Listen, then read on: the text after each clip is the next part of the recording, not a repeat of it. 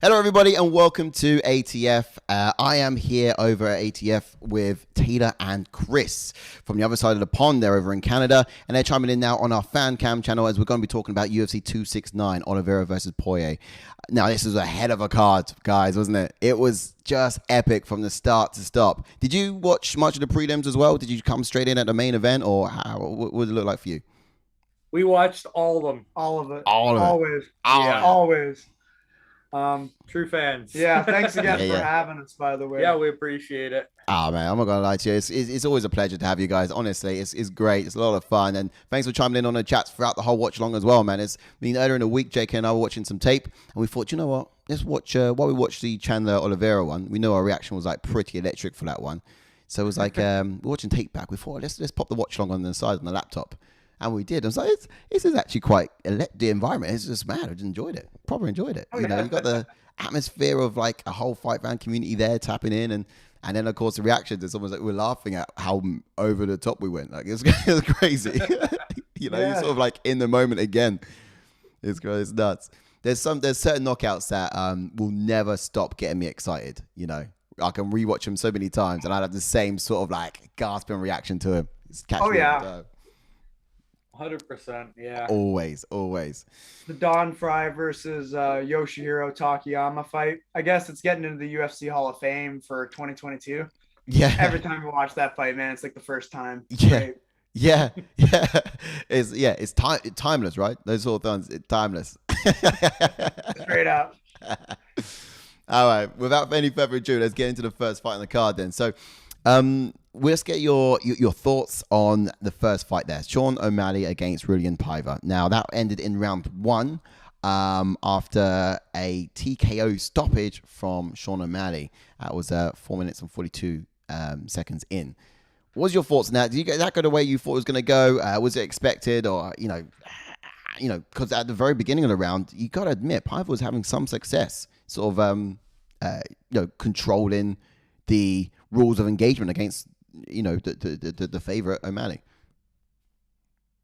Did you want to go first? You go ahead. Sure. All right, sure. So I figured that it was going to go pretty similar to that. Paiva is very good, but I think that he's too early in his career, his UFC career, to be fighting somebody like Sean O'Malley. Sean O'Malley, surprisingly, I went back and checked his record. He has 8 fights in the UFC. Yeah. And I feel that while it was kind of expected, I feel that he easily can step up in competition now. Hopefully the UFC decides to throw a little bit of more cheddar at him, as they say. Yeah. Otherwise, they won't. I don't feel that he will be stepping up unless they offer him some fair compensation, which is fair. Because he said it himself. He's like, if they're gonna give me these easy fights, I'm just gonna keep taking them. It's money for me, man. Right? It helps my record out. Yeah. He opened. I can't remember what he said that on, but he said it on his Twitter or something. Yeah. I agree. Yeah, and I don't think he's not too. I mean, is he wrong for saying that? He's gotten a lot of success outside of the UFC as well. Like he could potentially be another Conor McGregor coming through the ranks, right? Absolutely. He's got that Dana White treatment. Yeah, Dana exactly. White privilege. He does, That's the Dana White privilege. Yeah, it's true, man. Like, I'll be honest. Fight analysis. It's about what I thought was gonna go down. They kind of, it was, I wasn't very impressed with his opponent. He really actually did push the pace and had moments of success. But I swear they put Sean's fights together with people they think he can beat. And I'm being honest here. I got to be the voice that just says it. He does. He's got treatment, and I think that a lot of his guys, very few are wrestlers. I'd like to see him face Cody Stamann. He's ranked 15th now. He's a wrestler. I think he's a firm challenge for him. I think that he is, he has an ecstatic personality, and his stand-up is top-notch. I think he can compete stand-up wise with the best in the division, especially with his reach and length. But but Paiva was also ranked 15th before he dropped out of the rankings. Yeah. The rankings got him bumped down. Someone else got bumped up. Can't remember. And I guess in that sense, you know, it does sort of suggest he was fighting already a ranked 15 Ranked opponent. opponent, Yeah, and it was pretty supposedly to be a bit of a tougher challenge for him. And just the way he dealt with it, it makes us then think after the fight, was it really that tough? Because the way he sort of dealt that, you know, in the first round. But it was a tricky challenge, I think, for him. You know, the main reason I would say that Piver was not going to be an easy matchup, well, initially going into it, was because Piver demonstrated in his career, right, two tough things. Grit, right? He's overcome adversity and he's got heart. And that's two things that you need when standing opposite the Sugar Show. Like, for example, Kris Montinho, he survived, you know, a lot longer than Piver did. Why? Because he had a hell of a heart. And that was impressive. As much as he got he used his face as a, you know, punching bag. Shield, you know what I mean? I mean, absolutely. To be honest, his face did mash up Sean O'Malley's hands. Let's be honest. They let it go so long past it. Why not just let him finish with a decision? Let him have it. Like, you've seen how he looked at the ref too. He's just like, he's like, this kid is just dying here. You want to subject him to more of this? Exactly right. But the thing is, it's just so there's two things that you need to go to this one with O'Malley, and Piver did just demonstrate them coming into the octagon, I think, and that's why I thought it wasn't necessarily an easy one. But next for him, you think Cody Stamann would be a good shout? Yeah, it'll get him that ranking, or there's other people that he could face, but I would like to see him actually face someone with a wrestling base, just because that will test his skills, his determination to overcome a fight that is not in the realm in which he is used to. A lot of the people that are getting to fight him are either people that have moderate to okay ground skills, like they're capable of securing a takedown, but they're not experts. Most of them are willing to stand and play his kickboxing game with him, which is always an area where he's going to feel more comfortable. He is larger than almost everyone else in the division. He has a significant reach advantage over most. His reach isn't crazy compared to his height, actually, which is weird. But I think that his hair should go back to rainbow. I don't like the cotton candy vibe, to be honest. Well, he changes the color of his hair to the color of the flag of who's he's fighting, right? So I'm pretty sure Pavia was a Brazilian, was he not? Yeah, so this one it was cotton candy, but that's what in his other fights. But his other fights. So for example, when he was in Marlon Vera, it was yellow and blue, and that was, you know, to the flag of our Marlon Vera's home country.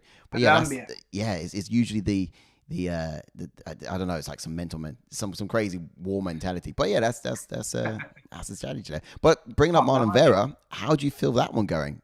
Just quickly before we get on to the next fight. I mean, is that a sensible one? Would that for you a replay, running that one back? I mean, Absolutely. Sean seems to be adamant that he's undefeated. I mean, there's only one way to know whether he can beat him or not is by putting him back. Yeah, you're right. A lot of people think it was pretty decisive. We both thought it was pretty decisive. You know, he had a leg injury, but there was definitely a stoppage in there too. You know, fighters have had leg injury. Thiago Santos fought 5 rounds with destroyed everything in his leg. So injuries happen to fighters, but fighting through them and he got finished. So yes, I think that's a right that he needs to, or a wrong that he needs to right if he wants to claim the status of undefeated. He can't sort of hold that over Vera without running that back and, you know, showing us for real. So there's a lot weighing on that fight. I'd love to see it. But let's go on to the next one. So second fight on the card, we had Kai Kara-France, against Cody Garbrandt. Now, this was a debut for Cody Garbrandt down at the flyweight division. The fight ended in the first round as well, 3 minutes and 21 seconds in, TKO stoppage by Kai Kara-France. Cody just couldn't stand to the power. Now, this is another one I could talk to the cows come home about, to be fair, but what was your guys' thoughts going in? Obviously, knowing it's a debut for Cody, and were you also the sort of fight fans that just wanted the best for Cody because he's trying so hard and he deserves a break at some point? Or was you like, finish him, Kai? Personally, I didn't have that animosity. I like Cody Garbrandt. He's a very fan-friendly fighter. But I feel, as we've seen from TJ when he got down to 125, there's that extra dehydration that you don't have that ability to replicate that in a training camp where you're just practice cutting it down. Seriously. Whereas in an actual fight where you're getting punched and at that weight for whatever, like 25 minutes potentially in the cage. Mm. You're putting yourself in harm's way. Yeah. But I feel that Cody Garbrandt was kind of on the decline in the bantamweight division, so he needed a change. But I'm kind of curious as to how he's going to move forward. Is he going to take another fight in the flyweight division, or is he going to go back to 135? Good point. Yeah. I mean, it's dangerous to sort of flex yourself too much, right? To go down, to go up. Now you just got to try it, stick around to really try it out. What's your thoughts now? Because, I imagine a lot of people asking the same question as well. Is it too soon to jump back? Oh, I think going up is a lot easier on you than going down. Going down is the cut, the restriction. You're dead a couple days, like a day before fights. You have to rehydrate and try to regain everything. And some people just don't benefit from the weight cut like others. Weight cutting often, calls into question someone's ability to take a shot properly. Like you see people with iron chins at some weight classes, if they drop down, maybe their chin isn't as susceptible to withstanding that same amount of punishment. Cody's chin is, suspect anyways with some of his past losses. But as Kris says, where does he go from here? I think that he dropped down to flyweight with the hopes that his size and power advantage would, kind of give him the edge there over his opponents. We'll have to see what he says about his weight cut, because maybe he felt that compromised him or something. He's a really big guy, and to get down to 125, he's definitely taking something out of the tank. Yeah. I think he should probably go back up to bantamweight though.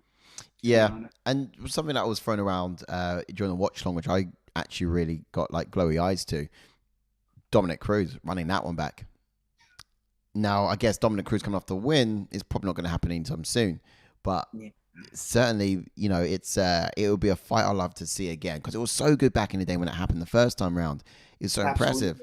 And I think for Cody, he needs to go back to the point of which everything started going wrong, and it was after that fight. Maybe he just needs to sort of go into that fight again, maybe get hit or knocked a couple of times to realize, hey, look, I could be doing so much better. Because the guy's been around for a long time. He's still quite young. Most fighters would call it, prime years. Like, I just don't understand what's going on. Yeah, 100%. I agree with that.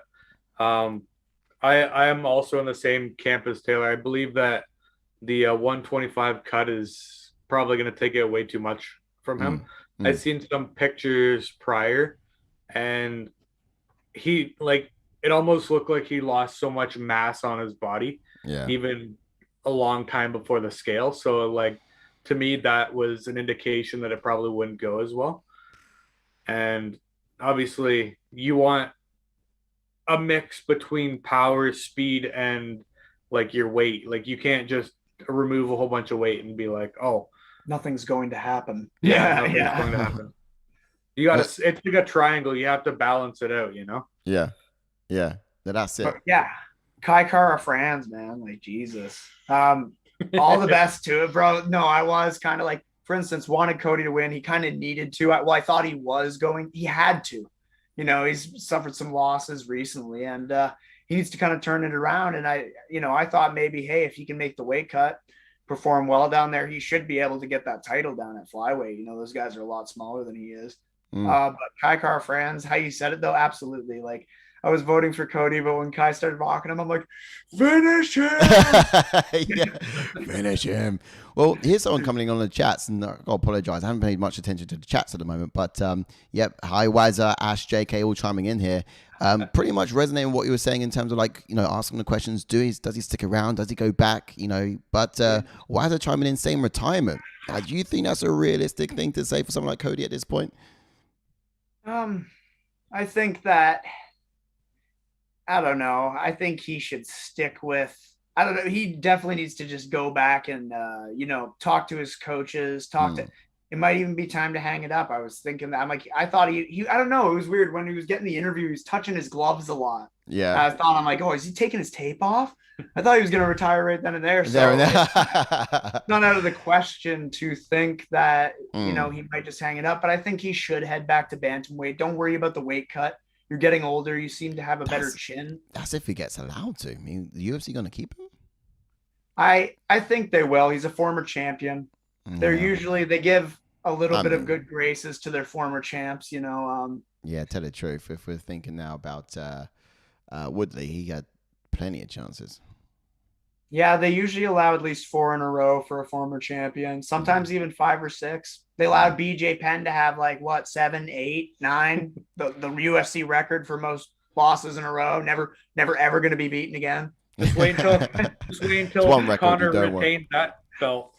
Yeah. But my 15 in a row. Yeah. So I kind of wrote out matches that I figured, I kind of wrote before the card which fights I would like to see. So I just want to kind of recap with the Sean O'Malley. I wrote Marlon Vera rematch because obviously he needs to get that one back. Yep. And then I thought Rafael Assunção, because he's not too much a step in competition, but also has that grappling aspect. Yeah, he has the grappling aspect, and he's pretty durable. And a veteran. And then Cody Garbrandt. Because they were beefing. Yeah, that would be a great fight. On Twitter, they were exchanging it back and forth. And even in the press conference, they had a little face-off. Of course. I remember this. Of course. Yeah. When he was taken out on a stretcher, he posted a picture of Sean grabbing his leg on the stretcher, and he's hashtag sugar-free. They're beefing. That would be good, but I mean, I don't have any faith in that happening. No, I don't think so. Not right now. Not with current series of events. Yeah. And either way, I think Cody's punching away above where he needs to be for that one.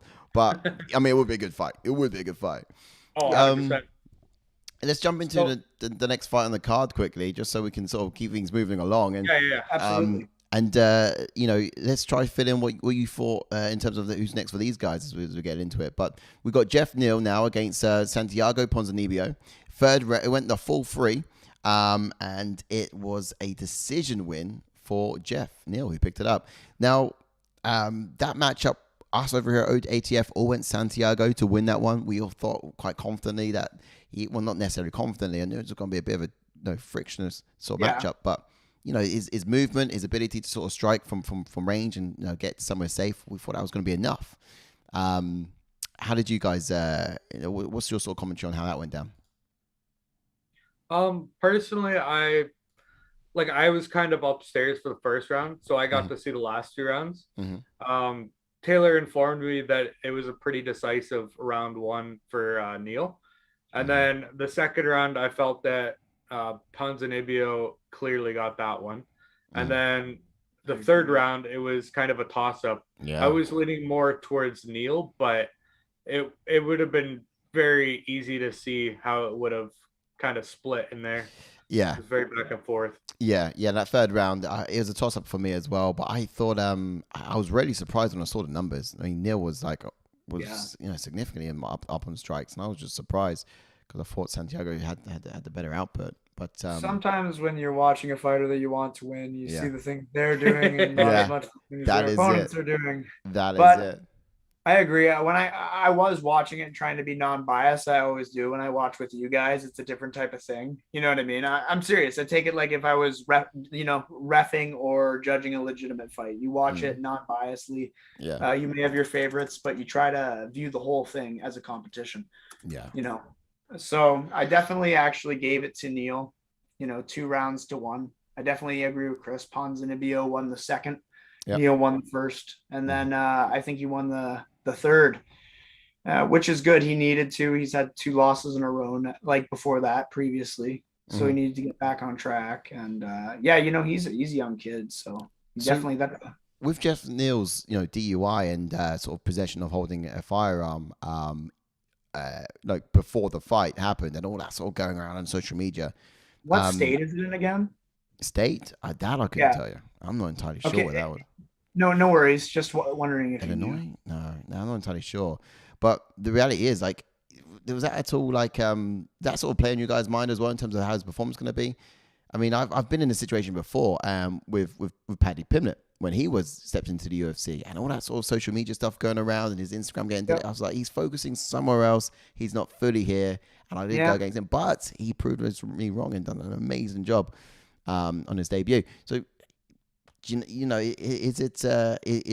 are these sort of things a drive for fighters? Do you think, or are they, or can they be distracting? Absolutely, I think it drives a fighter. You know, it gives them the mentality that they kind of have to do it, and it's a different thing when you have to as a choice. You know, there's Chael Sonnen said a speech during when he was a coach on The Ultimate Fighter. He's like, you can give up, you can do this, you can do that. There's multiple choices, but you need to choose to win. You know what I mean? Very good. Yeah, I can't remember. I think that was season 17. Yeah. Yeah. Wanna now? Yeah. You say something, Kris. I'm sure you'll want to move forward. So I personally think that with all those distractions, I guess it truly depends on a fighter's ability to compartmentalize. Because if they can kind of take what's happening outside and put it on the back burner and then focus on what's in front of them, then it shouldn't be too much of a distraction or a hindrance. So I think that Jeff Neal was just very able to do that. That's, I mean, it all depends on what happens. Like with Paddy, it's like that's the internet, you know. Yeah. That's whatever. But with Jeff Neal, he got in trouble with, you know, he could be charged, but the UFC said, hey, you know, we're gonna let you fight anyways. To me, that, as I said, gives the incentive. Like, I gotta win this. They're giving me the chance to go here. Yeah, you can't let him down. Yeah, that sort of adds a bit more to it, doesn't it? A bit more weight to it. So what about the new Kris? So you drew out some picks for fighters. Did you have any ideas for either of these guys to what would be a really good matchup for either Jeff or Santiago in mind? Yeah. So for Jeff, I wrote down Kazmat and Chiesa. I feel that because Kazmat is right around where he is. I know that he's probably going to be jumping up very fast in competition. But I think it would be a nice test to see where he's at. Kind of put him in that echelon of, is he a top 10 to 15 or is he like 9 to 1, you know? And then for Chiesa is kind of like breaking past that point, so he'd be in the top. Getting punched down now. With losses. So Chiesa would be nice for Neal because it's kind of an uptick for Neal, but then a downtick for Chiesa because he just lost his last one. When you lose a couple in a row, they make you prove yourself. You know, you have to get it back. I think that could be good, but then of course, with that logic, someone like Khamzat, I think he's. If you put yourself in his shoes now and he's just want to fight, you know, you'd want to punch him fight higher up, right? Rather than that's what I said. Like, I'm sure he's going to be shooting to the I see this guy. Yeah. Okay, gotcha. But yeah, weren't they beefing also, Jeff Neal and Kazmat Chimaev? I wouldn't be surprised. Yeah, he's calling out everybody and their mom. And their mom. I would like to see Santiago Ponzinibbio. You know, he did come off a loss, but he is ranked. I'd like to see him fight his peers. I know we've talked about it before on the show where it's like, why are these old fighters fighting someone who's 29 years old and like in the prime of their careir? I'd like to see him fight Robbie Lawler. You know, legend on legend. That'll be fire. The welterweight division, you know? Yeah. I think that'd be good. That'd be mighty good. Yeah, I'd love to see that. Yeah, 100%. Respect. Yeah, I think that'd be a really good matchup. And I guess it's, you know, for these guys, it's quite exciting, especially for Jeff Neal. I mean, he's got some opportunities now to step into top 10, I think, in his next sort of matchup. And but it's a very, very talent stacked division. That top 10 is pretty ferocious in terms of, well, I guess knocking on the door top 10. So those guys are rising into it. Yeah, they're dangerous, absolutely dangerous. I'm looking at Khamzat for sure. So it's older, but it will age into a dangerous weight class. It'll be the most stacked weight class in the UFC again once. It will, yeah. It's just shaking a few apples off the tree. So a few people are going to be falling out of that. But yeah, the prime, the top 6 in the next prime real estate, right? Yeah, next matter of months going to be absolutely lethal. Absolutely. But that cheese got to shake first. So next on the card, then we've got Amanda Nunez and Juliana Pena. So this is ahead of an okay. What the heck? Well, we wish we were. I know. We wish we recorded our reaction. Our reaction literally could have got thousands of views. Yeah, really. We were in somewhat shock. We're just going. It would be like the Joe Rogan cam. Oh yeah, it was the Joe Rogan. It was like the looking at the commentating team. We flipped it. Well, nothing against Amanda Nunez before we get into the fight, but I'm pretty sure we talked about it before. She is extremely dominant. Not just because of her skills, she has physical advantages too. She's very strong. She has a mentality. She has advantages over most of her competitors in almost every single way. Yeah. She has a huge frame as well. Yeah. She's a massive girl. I was surprised when I saw them standing face to face. Yeah, they were like the same height. Right. Yeah. I was like, yo. Big girl too. Yeah. Yeah. We joke around, and this is a complete, not in any disrespectful way. It's between our friends, kind of, but we call her Amanda Nunez, or the Amanda Nunez. Amanda Nunez. She fights like a man, bro. Amanda.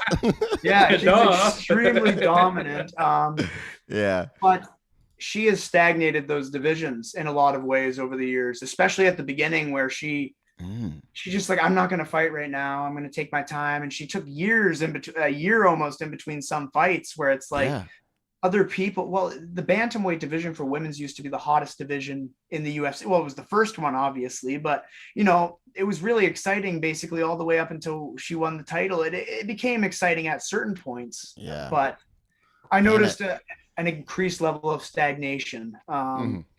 This has literally turned it around, though. It's revitalized the division, and there's tons of people at the top that will challenge for a title. Yeah. So for me, I personally thought that, yes, it's going to change to the division, but we obviously have a huge roadblock between there and what could potentially be, and that's the rematch. That is gonna happen. Yeah, there's no question that, I had a bunch of names because I assumed that Pena was going to lose. So I just kind of was like, there's no chance that. So I just wrote down a whole bunch of other names. I initially had Misha Tate and Aspen Ladd. Yep. But Drain from me. I removed all that and I just put Nunez because there's nothing else you can do. She's earned her right in both divisions. If she wants a rematch, she can take it. Yeah, that's literally Oh, sorry. You should say, Sai, what did you think about the fight, mate? Me, right? Okay. Well, to be fair, I mean, you saw our reactions, right? You saw our reactions. Like it was first round. It was like what I saw was Amanda was playing with her food. She was smiling. She had her back and everything, and she was like, for Amanda, it was like, this is too easy. After round 1. Now, something happened to Pena in that corner. She's like, she realized she got attacked. And I saw Pena throw a strike in the first round. And I was like, don't tell me she's been working running that mouth for so long. And she was working up all that sort of aggro just to throw a punch like that. It was so slow. It was pathetic. I thought that she can't win it. But anyway, second round, she comes out and she's just bringing something out of different fire, different heat. And I was like, wow. Blasting. Right. But at the same time, what I saw in that was absolutely, some fire from Pena, but also just tons and tons of mistakes from Amanda Nunez. And it's like so many girls in the division are probably like saying, come on, where was this Amanda when I was fighting her? Because, I guarantee. 100%. That's the problem, I think, is that a lot of the times when you are the greatest of all time or you're the champ, she was making it a dogfight like she needed to. And a lot of the times those greatest, they don't want to get beaten in any position. They will dogfight with you to prove that they are the best. It's all about their mentality. They are the best dogfighter. They are the best dogfighter. They are the best wrestler. They are the best at-distance striker. I think, Amanda could have fought that fight a lot smarter. She put her chin on the line against Pena's chin, and it was just stubbornness and ego. She could have.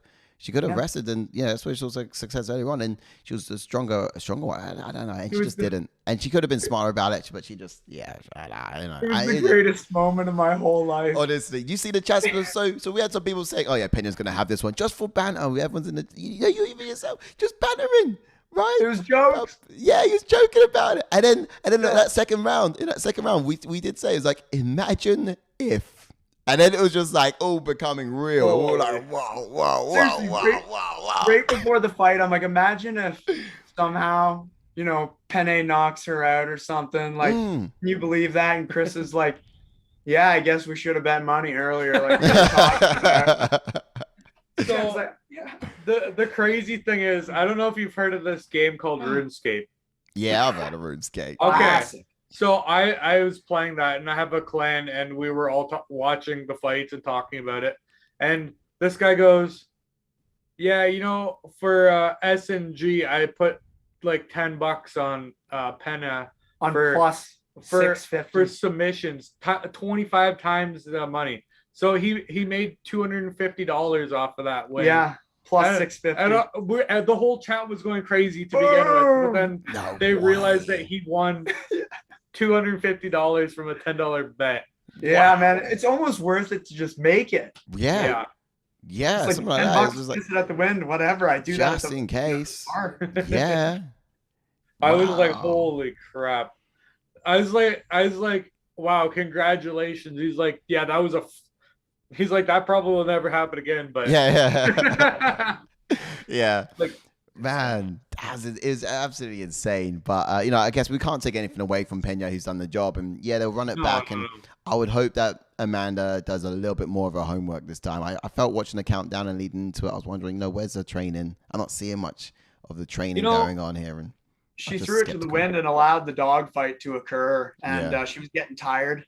Yeah, in my opinion, after the first round, she was putting pressure on Pena and trying to finish her in ways, and I think that she was getting tired.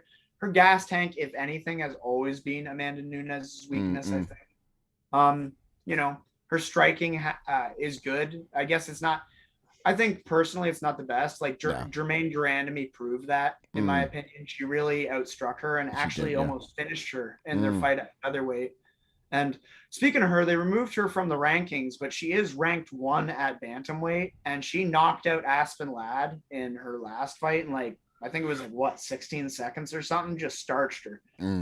Anyways, I think if Nunez couldn't fight, I would like to see her fight Pena. I think they'd keep it on the feet the whole time. I think it would be a slugfest. Yeah. How old is Durandamy now? She's like 38, nearly coming 40. 38, yeah. I was about to say 38, maybe even 39. Yeah, 39 now, something like that, yeah. So, but that'll be, striking wise, you got the reach, and you did see Pena getting to Amanda Nunez before Amanda Nunez was landing on Pena. Those straight strikes straight down the middle. And absolutely, Jermaine Durandamy, she's one of the people just saying, where was that Amanda Nunez when I was fighting her? I mean, big time. Yeah, just like, I mean, if I had that one, if that one turned up in the octagon that day, I should be champion. Seriously. There'd be 10 new champions. Multiple times in our second fight, I was 1 punch away from killing you, and you took me down. Where was that in this fight? Exactly. Do you know what I mean? So many people are like, are you kidding me? Seriously. But insane. But again, taking nothing away from Pena, she's done a fantastic job tonight. Seriously, I messaged her on Twitter and I said, you've made a lifelong fan of me. Like, absolutely, congratulations. And you've upset the MMA world. Like, you've turned it upside down. Congratulations. We got to do a video here over at ATF for some of the top 5 upsets that we feel, and it's just, this has got to be up there somewhere.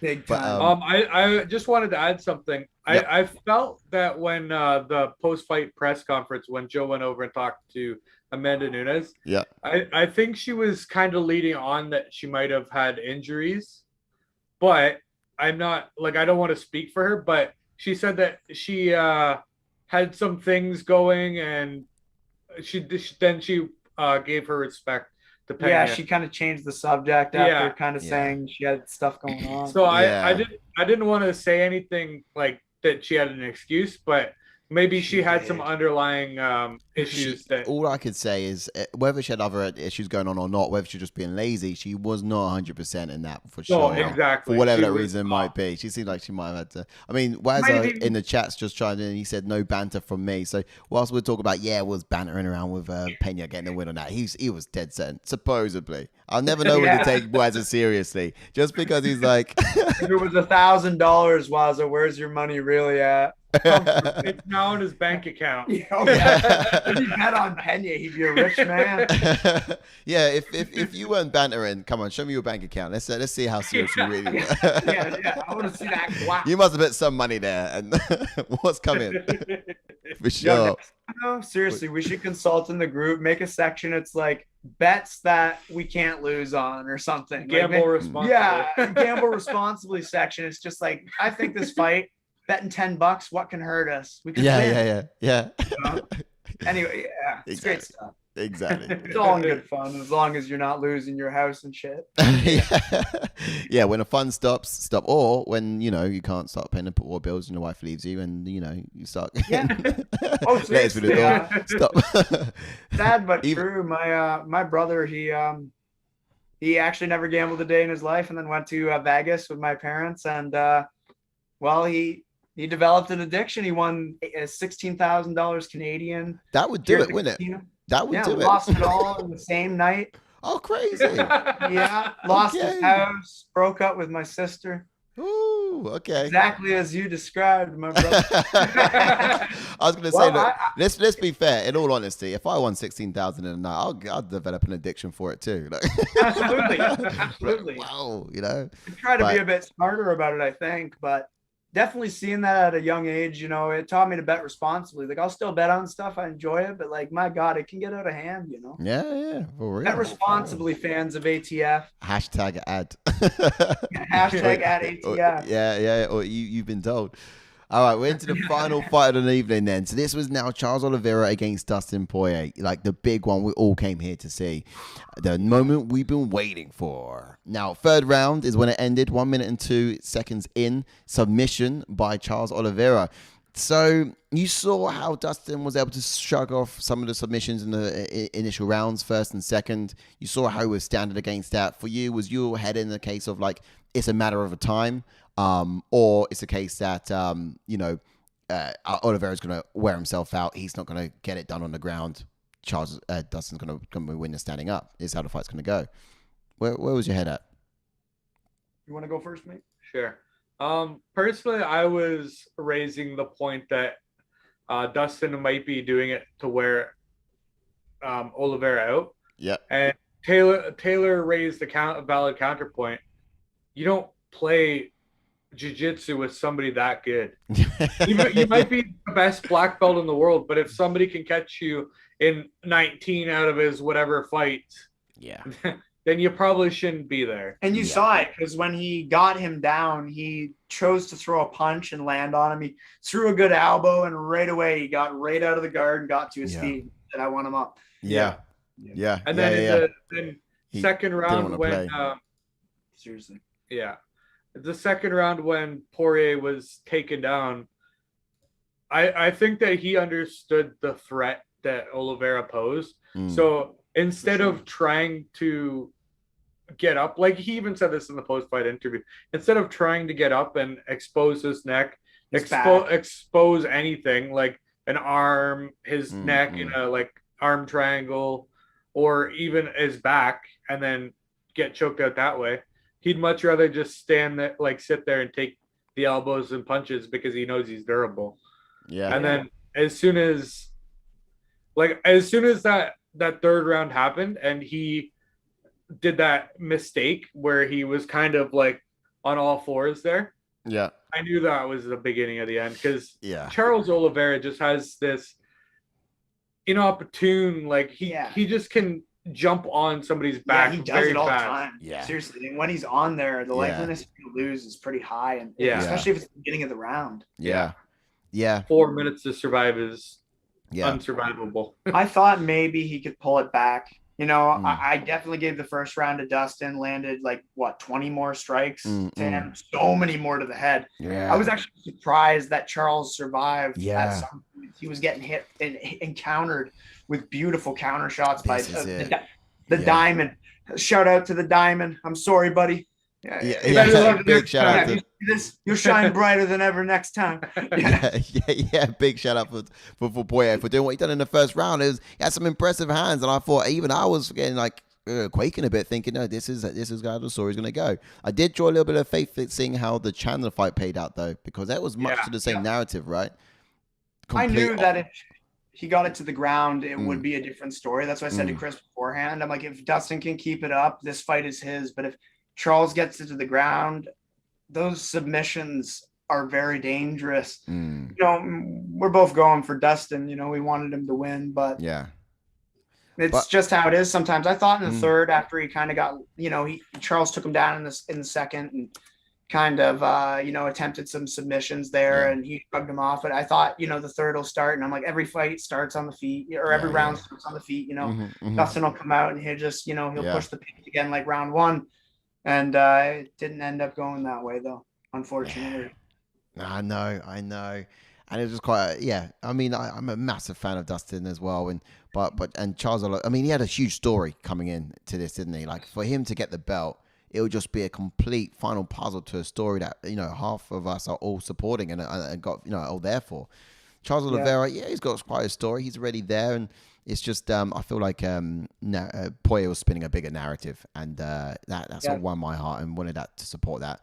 But it was just, I watched the tape a couple of times with Nurmagomedov and how he was able to get Poirier down. I watched the tape a couple of times on, Chandler withstanding power against, Oliveira withstanding power against Chandler. And for me, it just sort of like, well, that's how it goes. He's got a power. Oliveira can handle that. To strike him, Oliveira can be troublesome, but he can take it to the ground when he wants it to.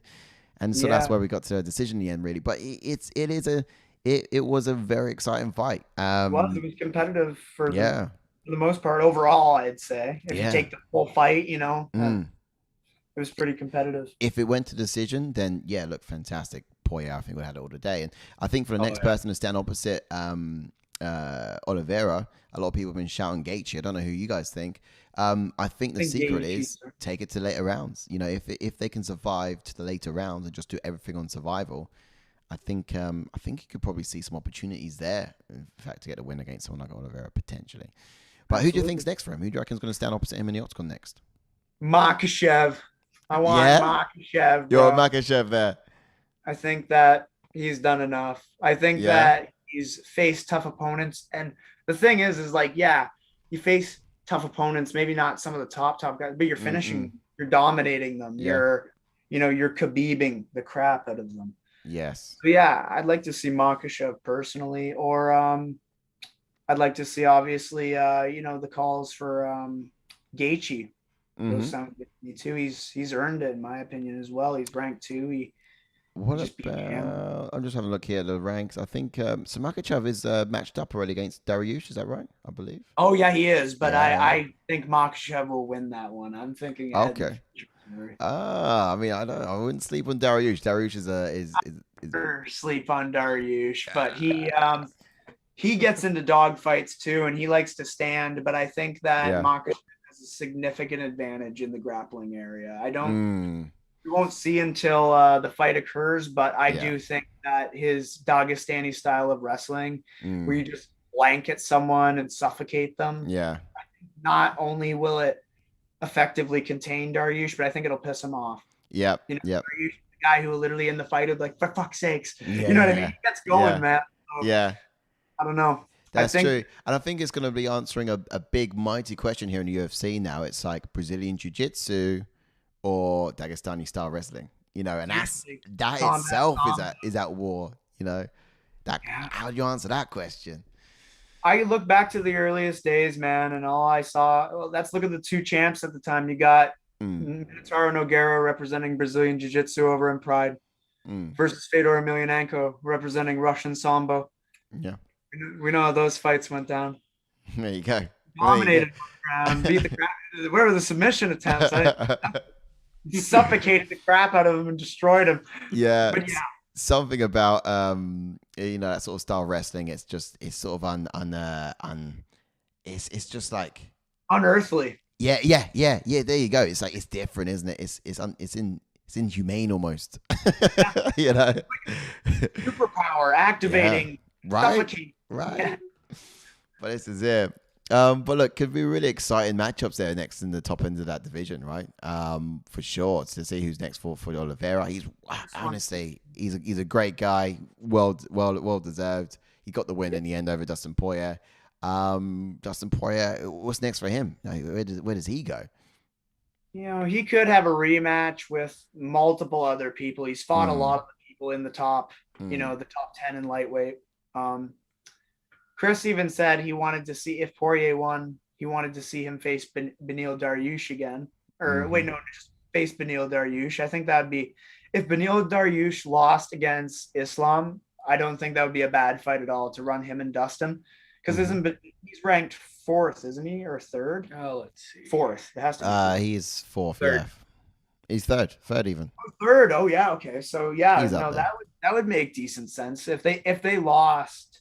If Beneil loses, I agree with that, Kris. That would be good to see.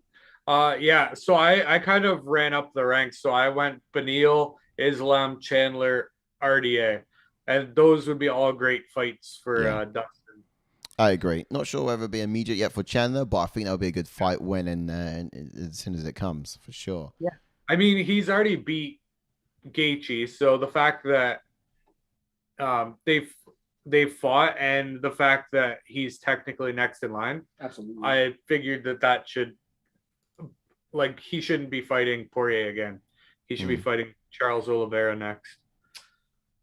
Yeah. I agree with you. And just Chandler, and then he can complete a sweep of the Bellator bros. Yeah. Gotta nip that thing in the bud.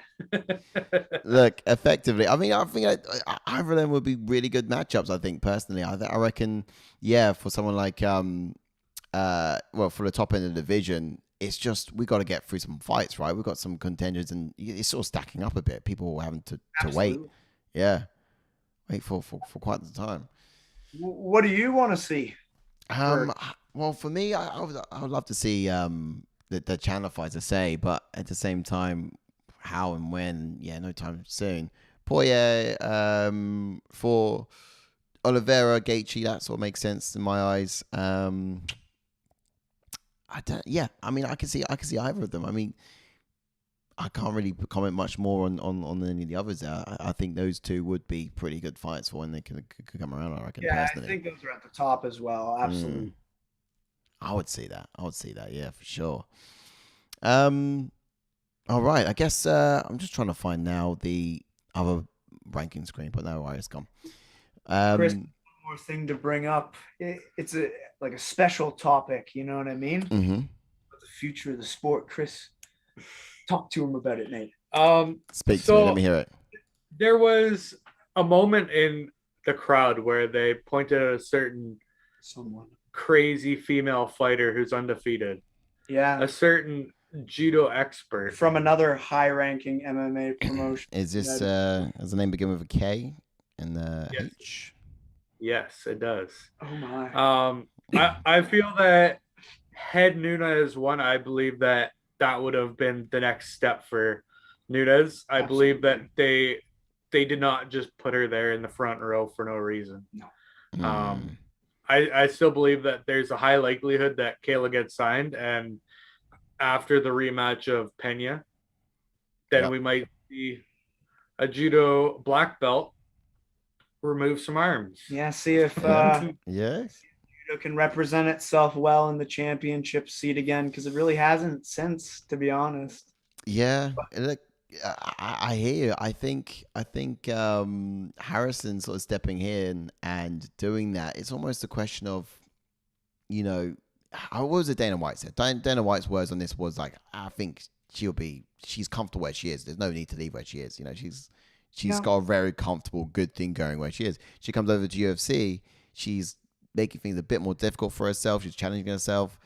which isn't a bad person for someone who does want to grow, but at the same time, like He doesn't feel challenged enough in the PFL's 155 weight class, which is 155. I actually, besides Japan's Ryzen, I really can't think of another major promotion that even allows 155 women to compete.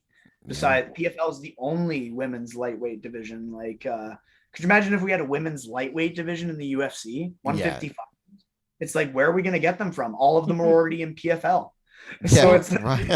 Either the 145ers that just won. Yeah, the 145ers. So it's really hard. We're really struggling to fit out one of the girls' divisions anyway, women's divisions anyway. So like to start another one up at this point, it doesn't make sense. No. I want cruiserweight instead. 225 cruiserweight. You know, there's small heavyweights and bigger light heavyweights that could be other places. But yeah, Kayla Harrison, as I said to Kris, he said, "Do you think she's there to sign?" I'm like, "Oh, Kris, they do not invite a fighter like that to a UFC, pop them in the front row, and mention that she's a free agent." Yeah, exactly. You know what I mean? Yeah. I think she was comfortable this PFL season. I think she's won it twice in a row. She's made her $2 million, but I think she's looking for bigger challenges. As you said, I think she's a person who truly strives off those type of things as an Olympian. As you know, I'm sure she wants to always do that. Like in the Olympics, any Olympian wants to face the best of the best. And I think it's no different in her MMA career. Yeah, look, fair points there. Absolutely fair points there. And I think like, she's got a lot of work to do. She's got to cut down to fit into that division. I see, obviously, Amanda going up, of course. So that happening. She Amanda, maybe. Probably not, but if she gets her down and just ground and pounds her or something, something crazy. After the performance that I just saw, she takes that Amanda any day. She takes that Amanda every day. Seriously, like it's after that, it's not an impossibility. yeah, exactly. Right. She's probably sitting there thinking, "Sold. I can do this easy." Just came back out of retirement after that one. Yeah. She's like, "Oh, now I can beat her." After that performance, I feel very confident. Exactly. I reckon she signed there and then after saying like, "Well, I come over to the UFC and my biggest challenge is that." Yeah. That was it? Yeah. I think I'm staying up here. I'll see you tomorrow. I'm just saying, if there's an injury with Nunez or something, or any inconsistency where she couldn't compete for a period of time, or if Kayla did sign, she could totally jump right in there. You know what I mean? Yeah. With either of her divisions, if she could make it down to 135, which I think she probably could. I'll be honest. It's going to take a while still. So, I mean, she pushes, I know that for a fact. She doesn't cut to 155 as much. You know what I mean? Like she's not making as much of a drastic weight cut as Kayla Harrison to make it to 155. So I think that making it to 135 is a possibility. That is 2 weight classes, but I've seen people go down 3, 4. Seriously. Yeah. But that's very, very rare cases. But I think that she could step in, and I don't know, Juliana Pena, I think she's capable of beating someone like her. Like Juliana Pena, I think her strength lies with her striking, as we saw displayed tonight. She has moderate to good wrestling skills and submission. Yep. But I think if Kayla got her to the ground, and that's what she would do. She fights smart. She will get you to the ground, take you to her world, and she will try to win. Yeah, certainly. And just make it really uncomfortable for you. I mean, you'll be working twice as hard to get back to your feet by the time you have done that. You got it's the cardio tax of that is just too heavy to bear. And then, absolutely, wrestling is hard. Yeah, absolutely. Then you can sort of do it all over again. But honestly, guys, as always, it's a pleasure, and you guys have some great picks. You have some great opinions on the fights as well. Some fantastic commentary and points coming through here. Just stuff that's going to be very valuable for the rest of the fan channel as well, just to share and bask in. So when they catch up in the morning to watch these sort of like opinions on the fights, but also cutting some certain bits up there to promote and push through the channels, it all makes sense. And as again, we're always grateful to have you jump in and jump on the fan cams 100% all the time. Absolutely, we got you covered, man. Yeah, Sorry man. for you up so late again, eh? Oh no, it's like nearly 7 o'clock in the morning my time. What's the time over there for you? It's 2 a.m. 2 a.m. Lucky you guys got plenty of sleep ahead of you. You're a trooper, man. Pop some melatonin. Yeah, I might have to. And then, yeah, we go again, right? We go again. But Yes, sir. but look, Thanks again, for having us, though. Truly. always a pleasure, never a chore. And look forward to catching up with you guys next time. You know, we've got some cool things coming out. We've got the aftermath coming up on Tuesday. So that's going to be just a sort of catching up the fallout of the event, what's changed in the rankings, that sort of stuff. We're pretty good going to do that live as well, actually. We started doing live recently. So feel free to jump in the chats for that. Sure. And it'll be a bit earlier on in your time. We tend to do it like 9 p.m. our time in the UK, that sort of area. And then, but yeah, then of course we've got next week's event as well, which will be around 4 streaming as usual. So we'll catch you for that. Otherwise, Sounds good. Looking forward to it, buddy. Take her easy. Yeah, anytime, Amazing. buddy. Anytime. always good, always good. Well, we're going to say, guys, goodbye to everyone now. Good night, and thanks for tuning in for the event. Again, that was UFC 269, Oliveira versus Poirier. I hope you enjoyed it from start to stop. We've had some amazing knockouts. To watch along will be in the description below, but also check out the channel and look at the other content there. You know, we were there giving the full breakdown, and the commentary was just lit, as along with all of the engagement from our great fans like Taylor and Kris. It was fantastic stuff. But once again, from ATF, from Taylor, and from Kris, good night to everyone here, and hope you have a lovely weekend and a safe week until we